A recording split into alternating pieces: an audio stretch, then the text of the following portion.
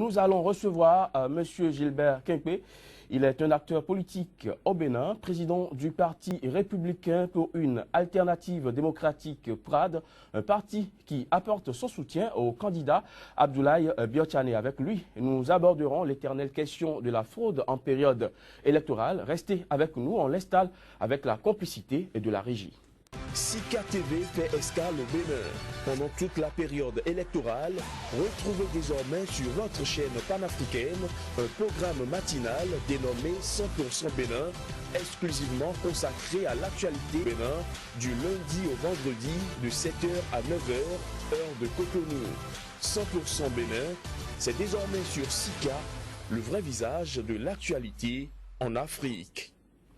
La suspicion de fraude qui pourrait entacher la prochaine élection présidentielle au Bénin gagne progressivement l'opinion nationale. Une suspicion qui s'est alourdie avec la prédiction d'un chaos à la faveur d'un camp par le détenteur du fichier électoral. Face à une telle situation, beaucoup s'interrogent sur comment éviter autant que possible les fraudes dans ce processus électoral. Eh bien, on en parlera avec le président du Parti républicain pour une alternative démocratique PRAD, un parti qui apporte son soutien au candidat Abdoulaye Biotchane. Monsieur Gilbert Quimpe, merci d'être avec nous ce matin. Bonjour, merci, cher journaliste. Alors, monsieur Quimpe, on vous connaissait quand même comme un acteur engagé de la mouvance présidentielle. Vous avez soutenu, vous étiez engagé aux côtés du président Boni Yayi, mais depuis 2015, vous avez claqué la porte.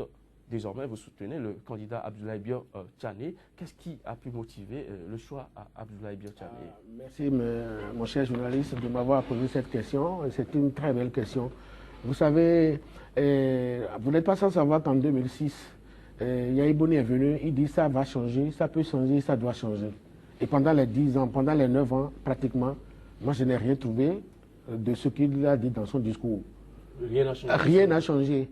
Mes militants à la base, j'ai des pressions, je recevais des pressions. Il dit, mais cet homme nous a dit, mais ça peut changer, ça doit changer, ça va changer. Mais rien n'a changé. Vous exagérez. Non, mais je n'exagère pas. Non, rien n'a changé, mon frère. Moi, je mesure mes mots, hein, et je n'ai pas peur de parler. Rien n'a changé pendant les 9 ans que nous avons fait avec Yayi Boni. On ne fait que du dilatoire. Alors là, nous, mes militants disent, mais c'est mieux qu'on claque la porte dès maintenant à ce monsieur et aller ailleurs, que de rester là dans l'obscurité, parce que je crois qu'avec Yayi Boni, nous on est resté dans l'obscurité pendant les 9 ans. Alors, c'est pour ça que nous on a classé la cape. Et on est parti. Hein. Le sujet que nous devons aborder ce matin est lié à la suspicion de fraude qui gagne l'opinion publique. Alors dites-nous, cette suspicion de fraude, M. Quimpe, ça s'amplifie, mais y a-t-il de sérieuses raisons aujourd'hui de s'inquiéter? Ah oui, il y a plusieurs raisons de s'inquiéter. Pourquoi je dis ça? Parce que vous n'êtes pas sans savoir que le président de Koslepi, en la personne de Renvoy Bla, sur une des chaînes, il est encore président en exercice parce que son mandat a expiré déjà le 31 janvier. Normalement, dans un pays sérieux, Renvoy Bla devait partir depuis et c'est une autre équipe qui devait venir faire la distribution des cartes de l'épée. Mais comme il est au Bénin, on ne respecte rien, n'est respecté, aucune loi n'est respectée. Il est encore là et vous n'êtes pas sans savoir. Il se permet le luxe de parler sur une des chaînes de télévision comme quoi, écoutez, on n'a même pas encore commencé le match, mais que le match est terminé et que c'est son camp qui va gagner les élections. Pour quelle raison il a eu à dire ça? Il a violé l'article 64.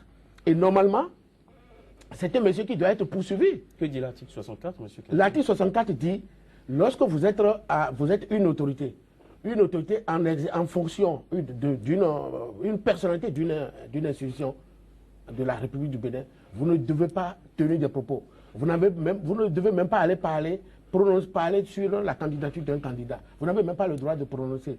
Et l'article 144 est clair. Ce monsieur doit être poursuivi. De quel texte? Du code électoral. Il doit être poursuivi, ce monsieur doit être poursuivi devant le procureur. Et nous, en notre scène, nous sommes en train de nous organiser pour déposer une plainte contre ce monsieur. Et la peine, c'est de 1 an à 6 ans d'emprisonnement. Et il doit payer une amende de 10 millions à l'État béninois. Il doit payer une amende de 10 millions dans la caisse de l'État béninois, dans la caisse du Trésor. Ce que nous sommes en train de nous organiser pour le faire. Et vous n'êtes pas sans savoir que il y a eu 51, alors l'honorable Hélène Keke, une avocate émérite. Il a dénoncé sur des chaînes. Comme quoi, il y a eu 51 bureaux de vote fictifs. Et c'est pour ça que nous, à notre sein, au niveau de la coalition, nous sommes en train de nous organiser. Et nous allons tout faire pour détecter les 51 bureaux de vote fictifs là, où ils ont mis ça sur le territoire. Nous allons le savoir. Et deux, nous allons tout faire pour les empêcher de faire la fraude. Parce que comme ils sont champions en fraude, et qu'ils pensent que c'est en fraude... Ah oui, ils sont champions. Je te dis, ils sont champions en fraude. Est-ce que vous avez des preuves? Bien sûr, je vous donne... pas accuser des gens. Non, monsieur, je vous donne un cas.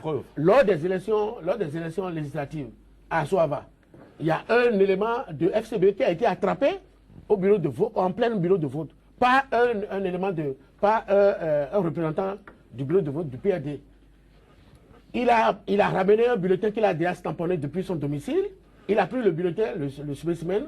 Il a joint les deux. Il voulait mettre ça dans les urnes. Quand le monsieur l'a attrapé, il a donné un coup.